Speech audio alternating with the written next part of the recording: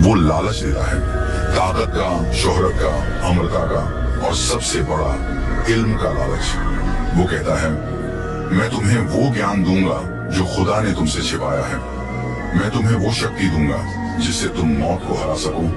मैं तुम्हें वो शोहरत दूंगा जिससे दुनिया तुम्हारे कदमों में झुकेगी। और मैं तुझे फिर से उनसे मिला दूंगा जिनको तू खो चुका है। मैं तुझे तेरे मरे हुए माँ बाप से मिला दूंगा।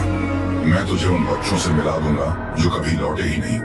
कहा जाता है यही सबसे बड़ा फंदा है, क्योंकि जब इंसान के सामने उसकी खोई हुई मोहब्बत की सूरत आ जाए तो उसकी आंखें धोखे की ओर झुक जाती हैं। इंसान अपनी हवस और घमंड में अंधा होकर अपनी रूह बेच देता है। लूसीफर यानी इब्लीस कभी फरिश्तों में सबसे रोशन था, रोशनी का देवदूत। लेकिन जब उसने अहंकार को अपनाया तो वो रोशनी से अंधेरे में गिर पड़ा। उस दिन से लेकर आज तक उसका एक ही मिशन है, इंसान को खुदा से दूर कर देना। लेकिन लूसीफर का सौदा इतना आसान नहीं होता। वो सिर्फ सोल नहीं लेता, वो इंसान से कुर्बानी मांगता है, और वो कुर्बानी होती है बच्चों की।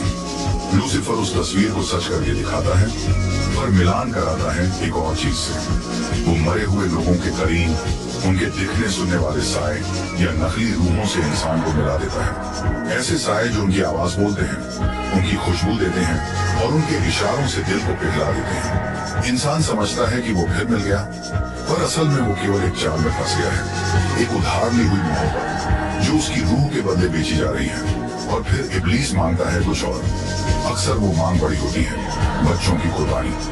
कहा जाता है मासूमों की रूहें और जवान अंग उन लोगों के लिए जो शक्ति और अमरता चाहते हैं कीमत बन जाते हैं। इसीलिए हर साल दुनिया की सड़कों पर, महानगरों के बीच, सुनसान गलियों में हजारों बच्चे गायब, मिसिंग होते हुए दर्ज होते हैं, क्योंकि मासूम बच्चों का खून पवित्र और शुद्ध माना जाता है। वो मानते हैं कि बच्चों की रूह से उन्हें एनर्जी और पावर मिलती है, और यही वजह है कि अमेरिका में हर साल हजारों बच्चे गायब हो जाते हैं।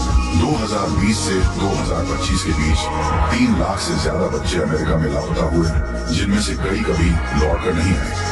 कहा जाता है ये सब सैटेनिक रिचुअल्स का हिस्सा है, जहां लूसीफर की पूजा करने वाले अपने कॉन्ट्रैक्ट्स पूरे करते हैं। लूसीफर इंसान को ताकत देता है, लेकिन बदले में उसकी रूह, उसकी दया और उसकी मानवता छीन लेता है।